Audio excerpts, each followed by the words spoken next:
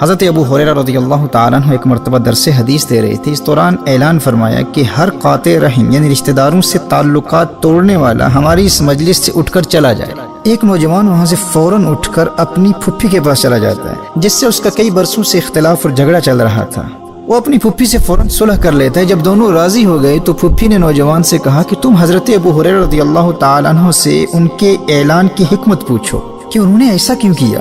جب اس نوجوان نے حاضر ہو کر پوچھا تو حضرت ابو ہریرہ رضی اللہ تعالیٰ عنہ نے ارشاد فرمایا میں نے نبی کریم صلی اللہ تعالیٰ علیہ وآلہ وسلم سے یہ سنا ہے کہ جس قوم میں قاطع رحم ہو اس پر اللہ جل وعلا کی رحمت کا نزول نہیں ہوتا. غور کرنا میرے بھائی اور میری بہنوں، اگر آپ ایسی مجلس میں بیٹھے ہوئے ہیں جہاں کوئی ایسا شخص موجود ہو جو اپنے کسی رشتہ دار سے ناراض ہو، قطع رحمی کرنے والا ہو، رشتہ توڑنے والا ہو، تو اس کی موجودگی کی وجہ سے اس تمام محفل پر اللہ جل وعلا کی رحمت نازل نہیں ہوتی. تو آپ کا کیا خیال ہے اگر آپ خود اس گناہ میں مبتلا ہوں، اپنے کسی رشتہ دار سے رشتہ توڑ چکے ہوں، تو کیا آپ خود اللہ کی رحمتوں سے محروم نہیں رہیں گے؟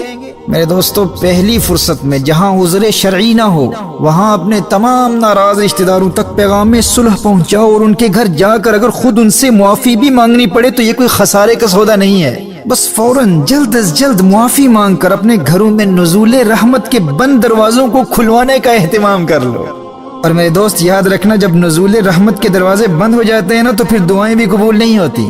امام طبرانی المعجم الکبیر میں نقل کرتے ہیں کہ ایک مرتبہ حضرت عبداللہ ابن مسعود رضی اللہ تعالیٰ عنہ صبح کے وقت مجلس میں تشریف فرما تھے. اعلان کیا کہ میں قاطع رحم کو اللہ کی قسم دیتا ہوں کہ وہ یہاں سے اٹھ کر چلا جائے تاکہ ہم اللہ سے مغفرت کی دعا کر سکیں، کیونکہ قطع رحمی کرنے والے یعنی اپنے رشتہ دار سے رشتہ توڑنے والے پر آسمان کے دروازے بند رہتے ہیں.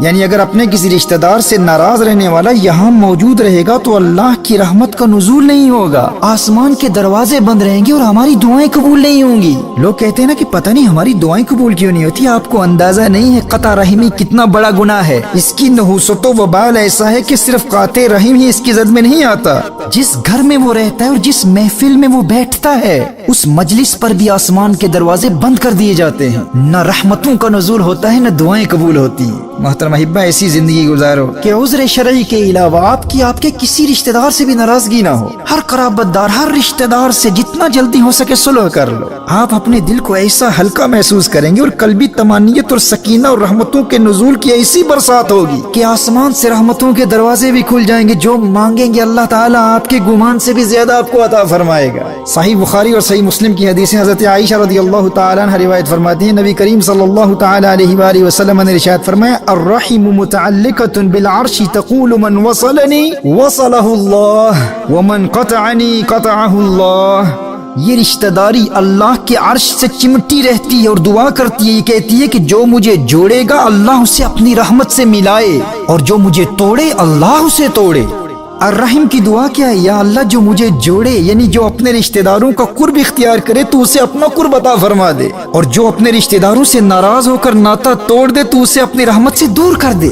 رشتہ داروں سے ناتا توڑ کر اپنے گھروں میں بیٹھے ہوئے اللہ اللہ کا ذکر کرنے والے یا دین اسلام کی تبلیغ اور دنیا بھر میں خدمت خلق کا کام کرنے والوں کو بھی اللہ کا قرب حاصل نہیں ہوتا. صحیح بخاری اور صحیح مسلم کی اس حدیث سے آپ کو اندازہ ہو گیا ہوگا کہ صلہ رحمی کی کتنی اہمیت ہے اور قطع رحمی کتنا سنگین جرم ہے اور کتنی بڑی محرومی ہے.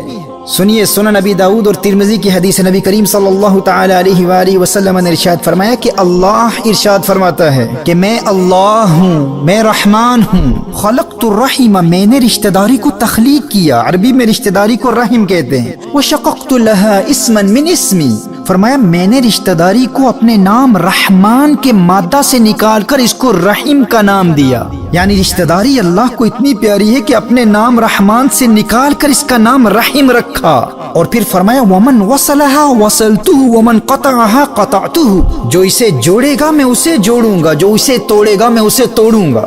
یعنی جو اپنے رشتہ داروں سے قطع رحمی کرتے ہوئے ان سے دور ہو جائے گا وہ میرا قرب حاصل نہیں کر سکتا.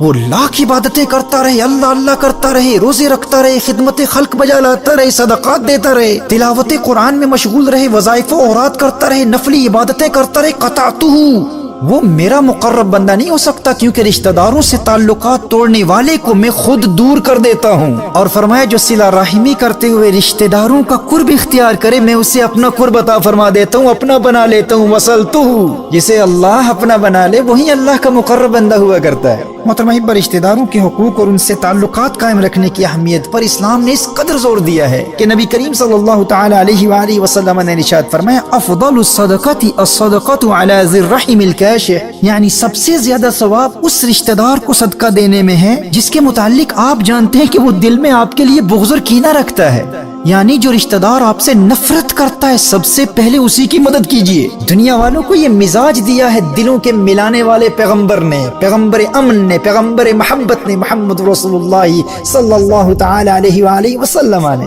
نہ کوئی دل ملاتا ہے نہ کوئی دل سے ملتا ہے، کسی نے سچ کہا ہے دل بڑی مشکل سے ملتا ہے۔ اگرچہ یہ کام مشکل ہے لیکن جو دلوں کے ملانے والے آقا صلی اللہ علیہ وآلہ وسلم سے پیار کرتا ہے پھر وہ دلوں کو ملانے کا کام کرتا ہے، وہ توڑنے کا نہیں جوڑنے کا کام کرتا ہے۔